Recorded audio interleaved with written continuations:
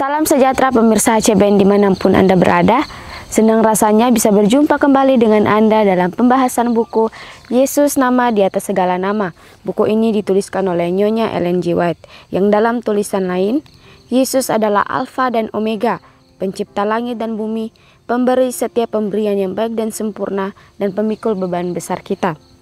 Kepada orang-orang yang bimbang di antara kita, dia menulis tentang seseorang yang merupakan pusat daya tarik yang agung.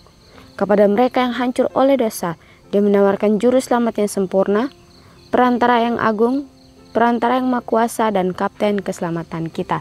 Ya baik, di sini Tuhan memberikan satu janji bagi kita masing-masing dalam kesulitan kehidupan kita, dalam apapun yang kita alami. Baiklah kita mau datang kepada Kristus, meminta setiap bantuan itu daripada Kristus. Di sini dikatakan dia adalah pemikul beban besar kita, dan dia adalah pencipta langit dan bumi, dan pemberi setiap yang baik dan sempurna. Apapun yang kita inginkan, baiklah kita meminta itu dalam doa. Apapun yang kita hadapi dalam kehidupan kita, dan juga kesulitan yang kita hadapi dalam kehidupan kita, baiklah kita mau selalu berdoa untuk meminta bantuan itu daripada Kristus. Maka disitulah Kristus akan selalu membantu kita dalam setiap proses kehidupan yang kita jalani. Baik, kita akan masuk dalam pembahasannya. Pembahasan kita pada hari ini berjudul Tabib yang Berbelas Kasihan. Ayat inti kita terdapat dalam Yeremia 8 ayatnya yang ke-22. Tidak adakah balsam di Gilead? Tidak adakah tabib di sana? Mengapa belum datang juga kesembuhan luka putri bangsaku? Kitab suci mengatakan bahwa mereka harus selalu berdoa dengan tidak jemu-jemu. Lukas 18 ayat yang ke-1. Dan kalau ada waktu yang mereka rasakan perlu berdoa, itulah waktu ketika kekuatan hilang dan hidup itu rasanya sedang terlepas dari pegangan mereka. Seringkali mereka yang sehat-sehat melupakan kemurahan ajaib yang diberikan kepada mereka setiap hari dari tahun ke tahun, dan mereka tidak memuji Allah karena berkat-berkatnya. Tetapi bila mana jatuh sakit, barulah teringat pada Allah. Baik, sini sangat jelas kepada kita masing-masing, diingatkan lagi kepada kita masing-masing bahwa sini dikatakan kita harus selalu berdoa dengan tidak jemu-jemu. Ya, janganlah kita berdoa ketika kita merasa perlu saja, merasa minta bantuan saja, tetapi baiklah dalam setiap hari, dalam hari demi hari yang kita lalui, dalam proses kehidupan kita, baiklah kita mau selalu berdoa dengan tidak jemu-jemu, dengan tidak putus-putusnya untuk selalu meminta Tuhan bersama-sama dengan kita. Di sini dikatakan, dan kala ada waktu mereka rasakan perlu berdoa, itulah waktu ketika kekuatan hilang dan hidup rasanya sedang terlepas dari pegangan mereka. Itu pegangan dari Tuhan. Ketika kita ini merasa bahwa kita sudah seakan-akan kita sudah tidak lagi memerlukan Tuhan dalam kehidupan kita, karena kita bisa jalan sendiri, disitulah kita akan merasa terlepas dari pegangan Tuhan. Dan dikatakan juga, seringkali mereka yang sehat-sehat melupakan kemurahan ajaib yang diberikan kepada mereka setiap hari dari tahun ke tahun. Sehat-sehat berarti kita yang belum mengalami kesakitan atau belum juga mengalami krisis dalam kehidupan kita atau segala masalah yang dalam kehidupan kita. Disitulah kita akan melupakan kebaikan Tuhan, kemurahan Tuhan dari tahun ke tahun. Itulah kita sebagai manusia. Seringkali ketika kita sudah mendapatkan apa yang kita inginkan, ketika yang Tuhan berikan itu sesuai dengan yang kita inginkan, ketika kita berdoa dan kita meminta sesuatu, disitulah kita melupakan Tuhan, melupakan kemurahan Tuhan dan kebaikan Tuhan ketika kita sudah mendapatkan apa yang kita inginkan. Dan juga dikatakan, dan mereka tidak memuji Allah karena berkat-berkatnya. Sangat jelas bahwa ketika berkat-berkat yang Kristus berikan kepada kita, kita sudah menikmati itu. Ketika kita sudah menikmati itu, tetapi kita tidak langsung bersyukur. Kita tidak bersyukur karena berkat-berkat yang Tuhan berikan kepada kita. Malahan kita akan selalu bersungut-sungut, merasa tidak puas, merasa tidak cukup dengan apa yang Tuhan berikan. Kita selalu bersungut-sungut, selalu mempersalahkan Tuhan dengan apa yang kita punya. Bila mana kekuatan manusia hilang, manusia baru merasa perlu pertolongan ilahi. Ketika kita sudah terlalu jauh daripada Tuhan, maka disitulah kita mempunyai rasa bahwa kita ini sudah terlalu jauh daripada Tuhan. Kembali lagi dikatakan bahwa kita harus selalu berdoa dengan tidak jemu-jemu, ya, dengan tidak putus-putusnya, karena setiap langkah demi langkah yang kita jalani, di situ setan juga bisa melihat bahwa gerak-gerik kita ini akan menuju kemana, dan pikiran kita juga tertuju kepada siapa. Dan di sini ketika pikiran kita mempentingkan diri kita sendiri atau tidak merasa cukup, maka disitulah setan akan mengambil alih untuk membuat seolah-olah Tuhan yang selalu salah dalam kehidupan kita. Dan tidak pernah Tuhan kita yang murah itu berpaling dari jiwa yang sungguh-sungguh mencari pertolongannya. Dialah perlindungan pada waktu sakit dan waktu sehat. Ya, sangat luar biasa. Diingatkan kembali, di sini dikatakan Tuhan itu murah hati. Dia tidak akan meninggalkan kita ketika kita meminta pertolongan itu, meminta suatu pertolongan daripada Kristus dengan sungguh-sungguh. Di sini dikatakan dia tidak akan memalingkan wajahnya daripada anak-anaknya. Dia tidak akan meninggalkan kita dalam waktu ketika kita merasa kesepian, ketika kita merasa kita perlu pertolongan. Tetapi ketika kita sudah mengecewakan hati Tuhan dengan tingkah laku kita, dengan kata-kata kita, atau mengecewakan hati Tuhan dengan perbuatan kita sekalipun, di sini dikatakan Tuhan tidak akan pernah meninggalkan kita ketika kita meminta pertolongan itu daripada Kristus dengan sungguh-sungguh.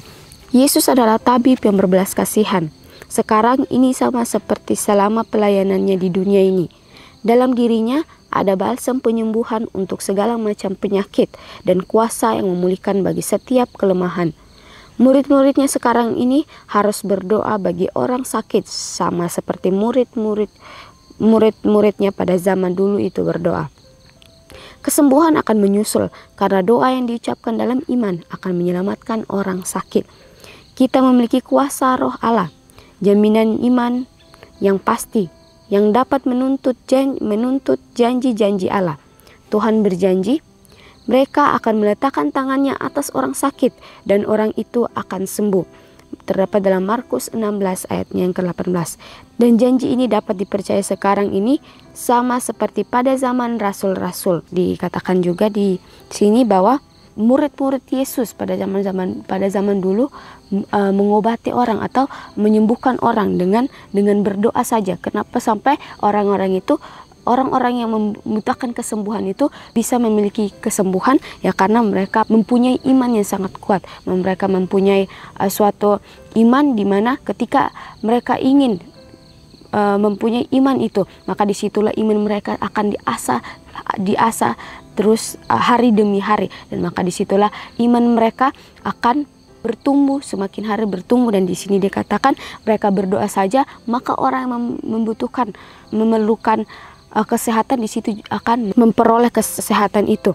Baik juga kepada kita masing-masing, walaupun kita tidak sakit, tubuh kita sakit atau jasmani kita sakit, tetapi ketika kita sakit rohani, baiklah kita mau berdoa meminta setiap petunjuk daripada Kristus, meminta setiap bantuan daripada Kristus, maka di situ Tuhan akan selalu membantu kita. Walaupun kita sudah mengecewakan hati Tuhan, tetapi baiklah kita mengingat bahwa Tuhan mempunyai kasih yang sangat luar biasa. Tetapi kembali lagi, ketika kasih itu diberikan kepada kita, kasih karunia itu diberikan kepada kita, janganlah kita sia-siakan kasih karunia itu. Biarlah kita mempergunakan kasih karunia itu dengan sebaik-baiknya. Kuasa itu menyatakan kesempatan umat Allah dan iman kita harus berpaut pada semua yang dicakupnya. Hamba-hamba Tuhan adalah saluran pekerjaannya, dan melalui mereka itu ia ingin menjalankan kuasa penyembuhannya. Adalah tugas kita untuk membawa orang sakit yang menderita kepada Allah dan dalam lengan iman kita. Kita harus mengajar mereka agar percaya pada penyembuhan yang agung itu. Juru selamat mau agar kita membesarkan hati orang sakit yang putus asa dan menderita untuk berpaut pada kekuatannya. Kuasa itu menyatakan kesempatan umat Allah dan iman kita harus berpaut pada semua yang dicangkupnya. Di sini kita juga dianjurkan lagi, diingatkan kembali, Tuhan memakai kita dalam kehidupan kita masing-masing, pribadi demi pribadi, untuk membawa suatu penyembuhan. Ya, penyembuhan itu ya ketika orang itu sedang merasa sakit iman atau merasa dirinya ini memerlukan pertolongan. Disitulah Tuhan mengatakan kepada kita, baiklah kita menjadi penyembuhnya. Ya, kembali lagi kita mengingatkan orang itu bahwa baiklah dia mau datang kepada Tuhan untuk meminta setiap penyembuhan itu daripada Kristus, karena dikatakan hamba-hamba Tuhan adalah saluran pekerjaannya. Siapapun yang terpanggil oleh Tuhan, siapapun yang dipilih oleh Tuhan, janganlah kita ragu-ragu untuk mengikuti apa yang panggilan daripada Kristus, karena setiap panggilan yang Kristus berikan kepada kita itu adalah suatu pekerjaan yang mulia. Di sini dikatakan kita akan menjadi salurannya, pekerja-pekerjanya dimanapun kita berada. Dan dikatakan juga juru selamat mau agar kita membesarkan hati orang sakit, orang yang putus asa dan yang menderita untuk berpaut pada kekuatannya. Kita harus juga menjadi berkat untuk orang, menjadi suatu penyemangat untuk orang ketika orang itu mempunyai masalah kehidupan atau dia masuk dalam suatu krisis. Baiklah kita mau mengingatkan dia untuk, di sini dikatakan untuk percaya kepada penyembuh yang agung. Juru selamat mau agar kita membesarkan hati orang itu supaya orang itu tidak putus asa dan juga berpaut pada dan juga orang itu harus selalu berpaut pada kekuatannya, yaitu orang itu harus selalu percaya kepada Kristus. Dan dikatakan juga, tetapi hanya kalau kita hidup dalam penurutan akan firman-Nya, kita dapat menuntut kegenapan janji-janjinya. Pemasyur mengatakan, seandainya ada niat jahat dalam hatiku, tentulah Tuhan tidak mau mendengar. Mazmur 66 ayat 18. Jika kita menyerahkan kepadanya penurutan yang setengah-setengah hati, janji-janji itu tidak akan digenapi dalam diri kita. Dalam firman Allah, kita mempunyai petunjuk yang berhubungan dengan doa khusus bagi kesembuhan orang sakit. Tetapi melayangkan doa seperti itu merupakan suatu tindakan yang paling hikmat dan tidak boleh melakukannya tanpa pertimbangan yang saksama. Dalam banyak kasus doa penyembuhan orang sakit, apa yang disebut iman itu tidak lain kepongahan.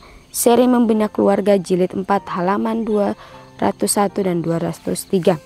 Kembali lagi, jika kita menyerahkan kepadanya penurutan yang setengah-setengah hati, janji-janji itu tidak akan digenapi dalam diri kita.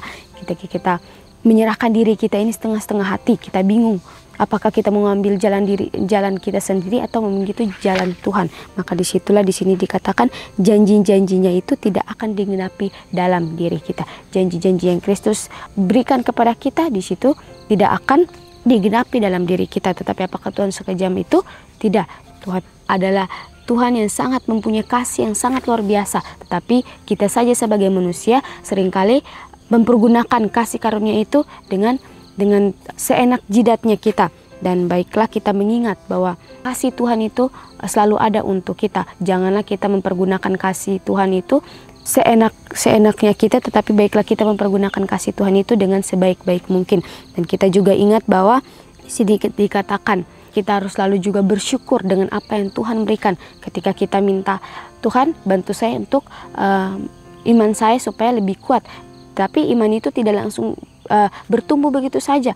Kita akan masuk dalam setiap masalah kehidupan, setiap krisis atau cobaan-cobaan. Disitulah iman kita akan diasah oleh Tuhan. Maka iman kita akan bertumbuh hari demi hari. Asalkan kita mau selalu bersyukur dengan apa yang kita hadapi, apa yang kita jalani hari demi hari. Yang kita alami yaitu walaupun itu masalah-masalah walaupun yang kita hadapi itu krisis atau pencobaan-pencobaan, baiklah kita mau selalu bersyukur dengan semua yang kita alami. Ya, seringkali kita juga sebagai manusia, kita maunya yang enak-enak saja. Tetapi ketika kita masuk di dalam krisis, disitulah kita akan mempersalahkan Tuhan, mengatakan bahwa Tuhan ini tidak peduli dengan kita. Tetapi sebaliknya, kita harus selalu mengingat bahwa kita yang selalu saja melupakan akan setiap berkat Tuhan. Kita sebagai manusia tidak pernah mengingat ketika kita sudah mendapatkan apa yang itu kita inginkan, atau kita sudah merasa berkat itu adalah milik kita, disitulah kita akan melupakan semua yang Tuhan berikan dalam kehidupan kita. Ya, renungkan lebih dalam. Haruskah saya memohon kepada Tuhan demi mereka yang telah mendatangkan penyakit ke atas diri mereka sendiri karena pemanjaan diri? Akankah pemulihan kesehatan mengubah kebiasaan hidup mereka? Ya, diingatkan kembali. Di sini dikatakan kita harus meminta kepada Tuhan bahwa kita yang mendatangkan penyakit itu kepada diri kita sendiri, baiklah kita membuang penyakit itu jauh-jauh daripada kita, yaitu penyakit pemanjaan diri. Berkat-berkat yang Tuhan berikan, kita tidak gunakan itu dengan baik. Maka di sini dikatakan kita harus membutuhkan pemulihan kesehatan yang membiasakan hidup atau kebiasaan-kebiasaan kita. Baik pemirsa, biarlah firman pada hari ini mengajarkan kita untuk selalu bersyukur dengan apa yang Tuhan berikan dalam kehidupan kita. Kita akan berjumpa kembali dalam pembahasan berikutnya dan Tuhan memberkati.